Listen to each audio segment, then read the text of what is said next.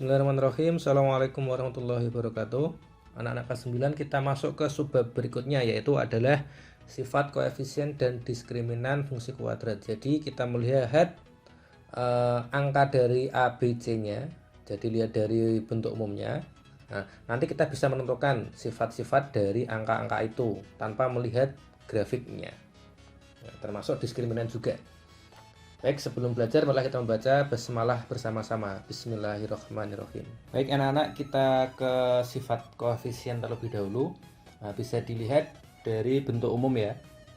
Sifat koefisien itu dilihat dari bentuk umumnya. Fx sama dengan ax kuadrat plus bx plus c. Ya, masih sama. A itu koefisien dari x kuadrat, b itu koefisien dari x, dan c konstantannya. Nah, dari bentuk umum ini bisa diperoleh sifat-sifat melihat dari A, B, C-nya. Yang pertama, koefisien dari x kuadrat yaitu A. Nah, variabel A itu nanti berpengaruh terhadap bentuk grafiknya. Nah, kalau A-nya lebih dari 0 atau A-nya positif, maka grafiknya terbuka ke atas. Nah, seperti ini. Nah, pasti gini nanti grafiknya. Nah, itu kalau A-nya lebih dari 0. Karena terbuka ke atas sehingga dia mempunyai nilai minimum, dia nilai punya yang paling bawah. Nah, pasti dia punya nilai minimum karena punya titik yang paling bawah. Kemudian kalau A-nya kurang dari 0, maka grafiknya terbuka ke bawah seperti ini.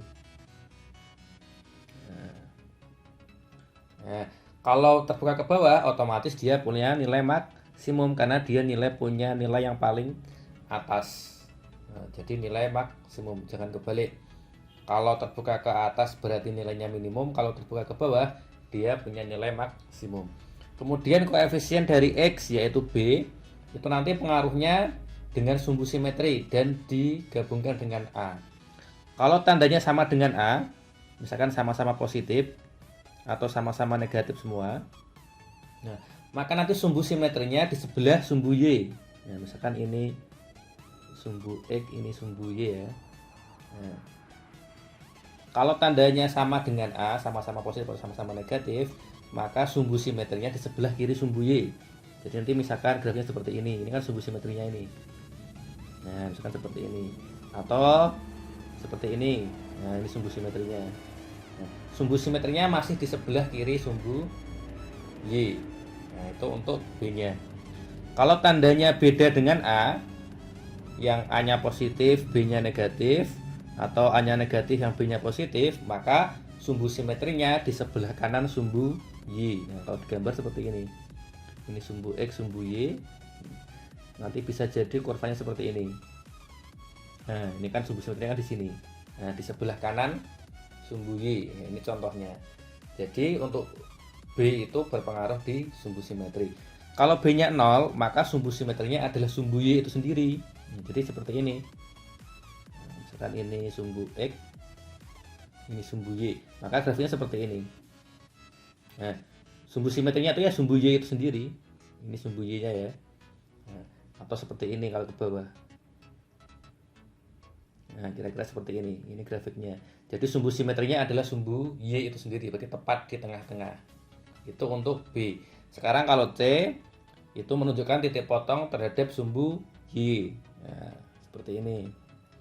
Nah, kalau ini X, ini Y ya. Ini kan titik potongnya sumbu Y kan di sini. Nah, berarti ini C-nya positif karena di atas. Bisa jadi seperti ini. Nah, kalau ini C-nya kan di sini, di bawah. Berarti C-nya nanti ini negatif. Dilihat posisi C-nya. Jadi C ini menunjukkan dia titik potong terhadap sumbu Y. Sama dengan persamaan kuadrat, fungsi kuadrat juga mempunyai diskriminan.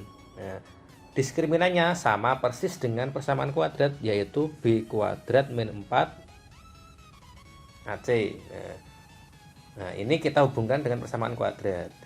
Kalau persamaan kuadrat, kalau D-nya sama dengan 0, kalau persamaan kuadrat dia mempunyai D-nya sama dengan 0, berarti dia punya dua akar tunggal ya, dua akar yang beda.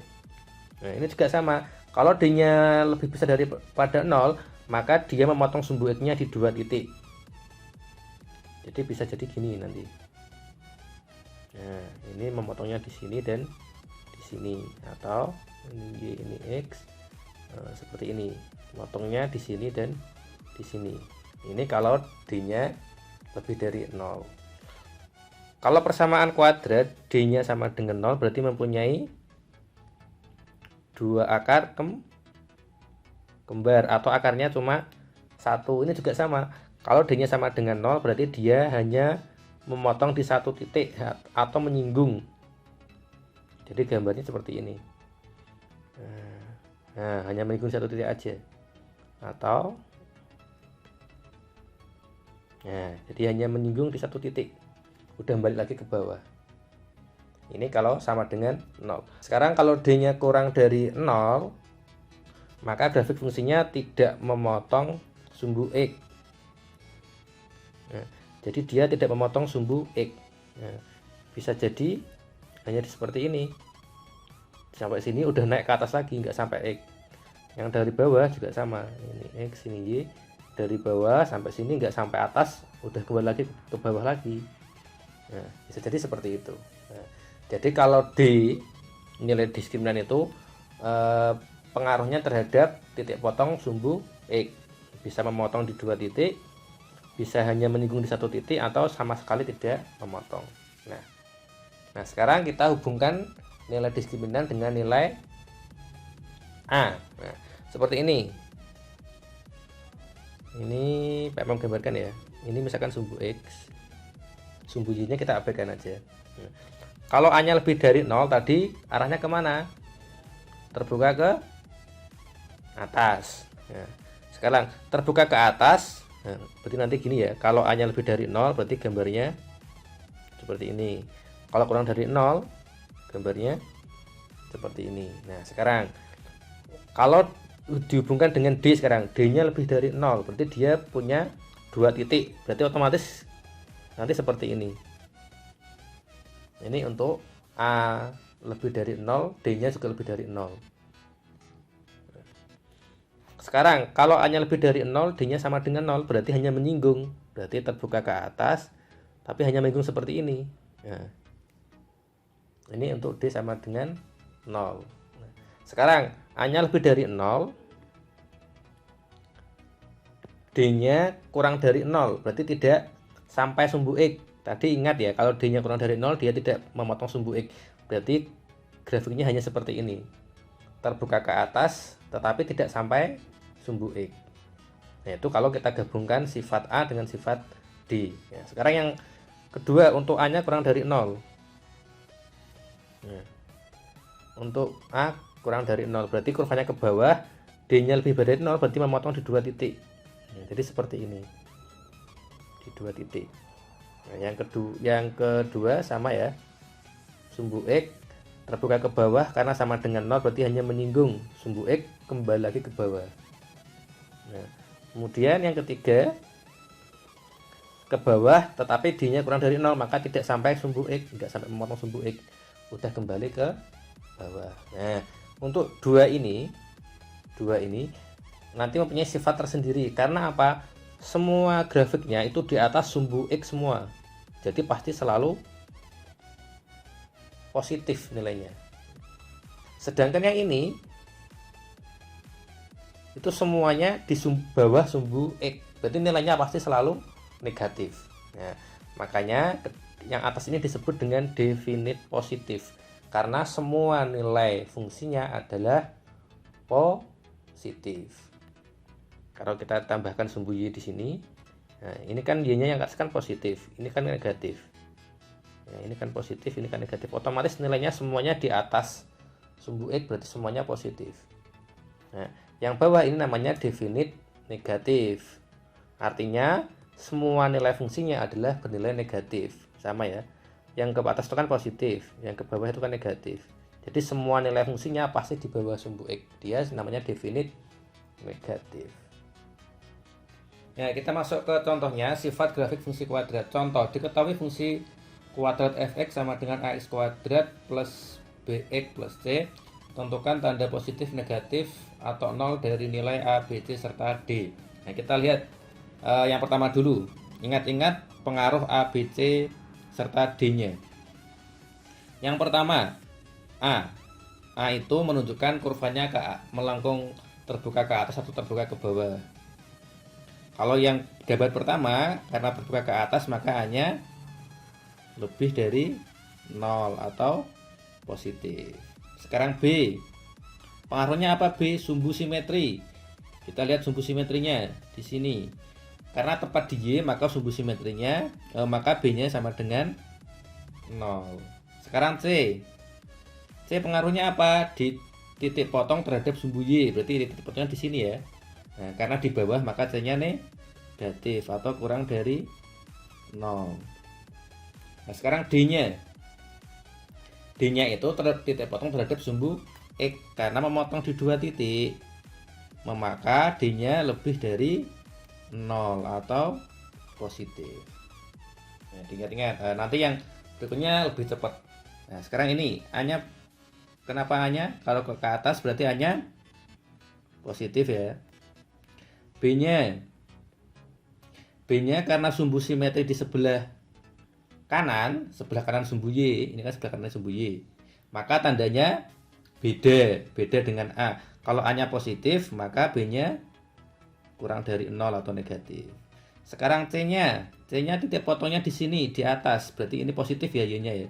Berarti C-nya lebih dari 0 atau positif. Sekarang D-nya.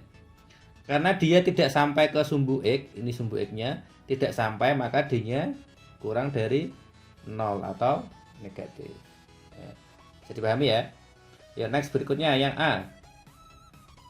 Melengkung ke bawah, terbuka ke bawah, berarti A-nya kurang dari 0 atau negatif. Kemudian B-nya. Sumbu simetrinya di sebelah sini, di sebelah kirinya sumbu Y, maka tandanya pasti sama dengan A. Kalau A-nya negatif, B-nya juga negatif. Sekarang C-nya. C-nya titik potongnya di sini. Berarti negatif juga C-nya. Sekarang D. Karena memotong di satu titik atau menyinggung, maka D-nya sama dengan 0. Nah, itu untuk yang ketiga. Yang keempat, terbuka ke atas, berarti A-nya positif. Terus sumbu simetrinya di sini, di sebelah kiri, berarti tandanya sama. Kalau ini A-nya positif, B-nya juga positif. Kemudian C-nya di sini memotongnya, berarti masih positif ya. Berarti C-nya positif juga. Nah, sekarang D-nya. D-nya memotong di 2 titik sumbu X-nya, berarti D-nya juga positif. Nah, kemudian berikutnya ke bawah, berarti A-nya negatif atau kurang dari 0. Kemudian sumbu simetrinya tepat di tengah-tengah di sumbu Y, berarti B-nya sama dengan 0. Kemudian C-nya di sini. Ini masih negatif ya. Y-nya masih di sumbu Y negatif, berarti C-nya kurang dari 0 atau negatif. Kemudian D-nya karena tidak sampai ke sumbu X, tidak ada perpotongan di sumbu X, maka D-nya juga kurang dari 0. Ya. Kemudian gambar terakhir ke bawah, berarti A-nya negatif. Sumbu simetrinya di sebelah kanan, berarti tandanya beda dengan A. Kalau A-nya negatif, berarti B-nya positif. Kemudian C-nya titik potongnya di sini, sumbu Y-nya berarti negatif karena masih di bawah. Kemudian D-nya memotong sumbu X di 2 titik, berarti D-nya positif, lebih dari 0. Nah, itu untuk mengidentifikasi tanda dari koefisien dan D-nya. Nomor berikutnya, sifat grafik fungsi kuadrat. Contoh yang nomor 2, diketahui fungsi fx x kuadrat min 3x plus 5. Tentukan nilai kebenaran, benar atau salah dari pernyataan berikut. Yang pertama, kurva menghadap ke bawah. Ini tentukan dulu ABC-nya ya. Ini A-nya 1, B-nya min 3, kemudian C-nya 5. Nah, yang pertama, menghadap ke bawah. Nah, berarti kita lihat A-nya. Karena A-nya ini 1, berarti A-nya lebih dari 0. Karena A-nya lebih dari 0, maka kurvanya terbuka kemana nih? lebih dari 0 terbuka ke atas. Kalau digambar seperti ini ya. Nah, berarti ini pernyataan yang pertama ini adalah salah.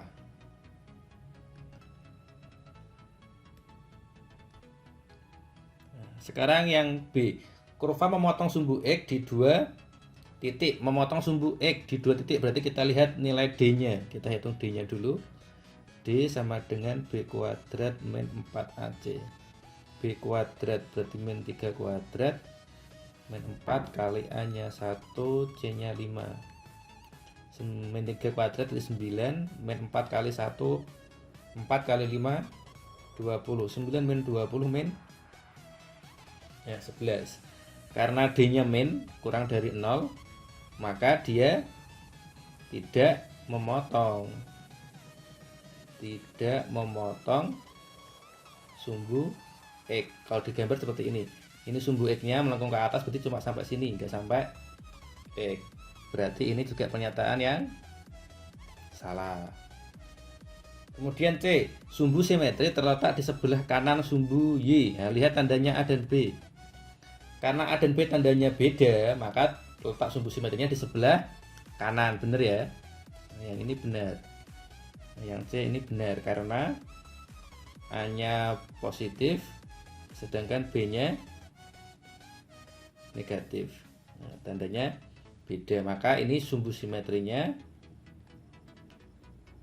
di sebelah kanan.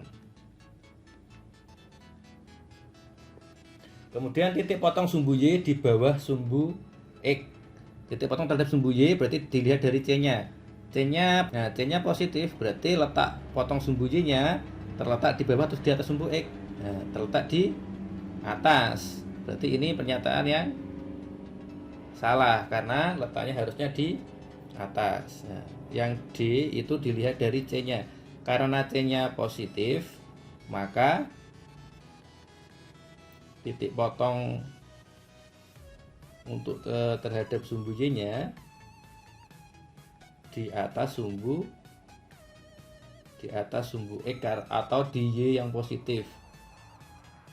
Nah, kalau disketsakan berarti gambarnya kira-kira seperti ini. Ini X, ini Y, melengkung ke atas ya, terbuka ke atas, kemudian D-nya nggak sampai, sumbu simetrinya di sebelah kanan, titik potongnya. Nah, jadi kira-kira seperti ini gambarnya.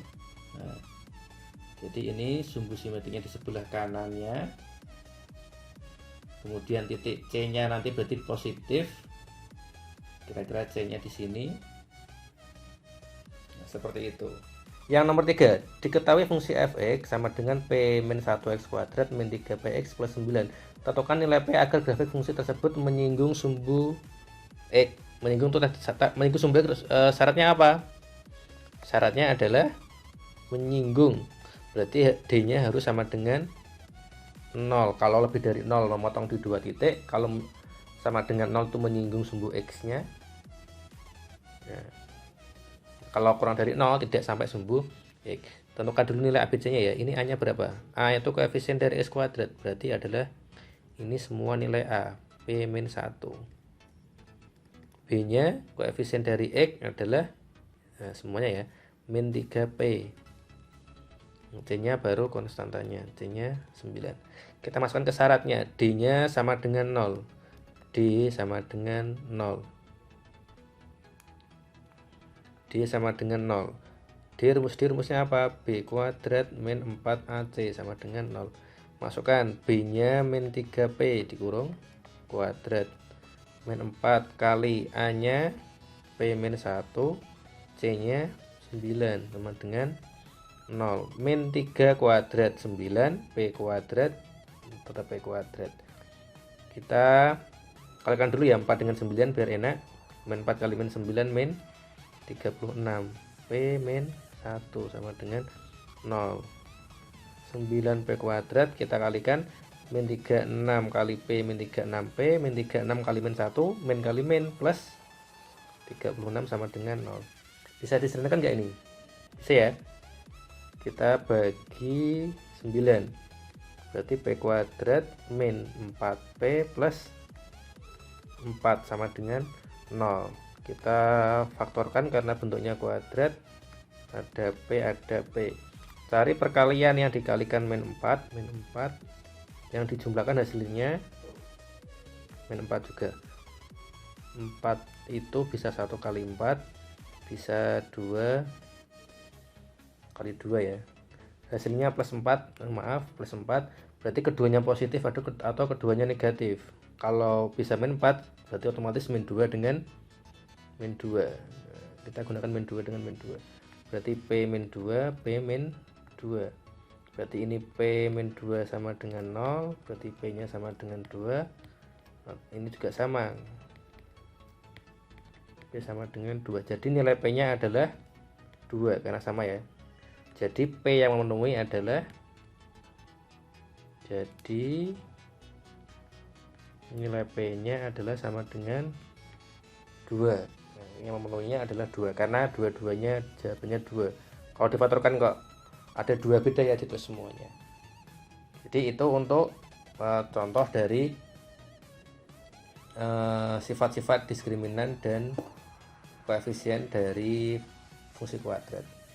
Cukup dari Pak Imam, selamat belajar. Jangan lupa di like dan subscribe, dan bisa dibagikan ke teman kalian, barangkali bermanfaat untuk bahan belajar. Kita tutup dengan baca alhamdulillah bersama-sama. Alhamdulillahirabbil alamin. Assalamualaikum warahmatullahi wabarakatuh.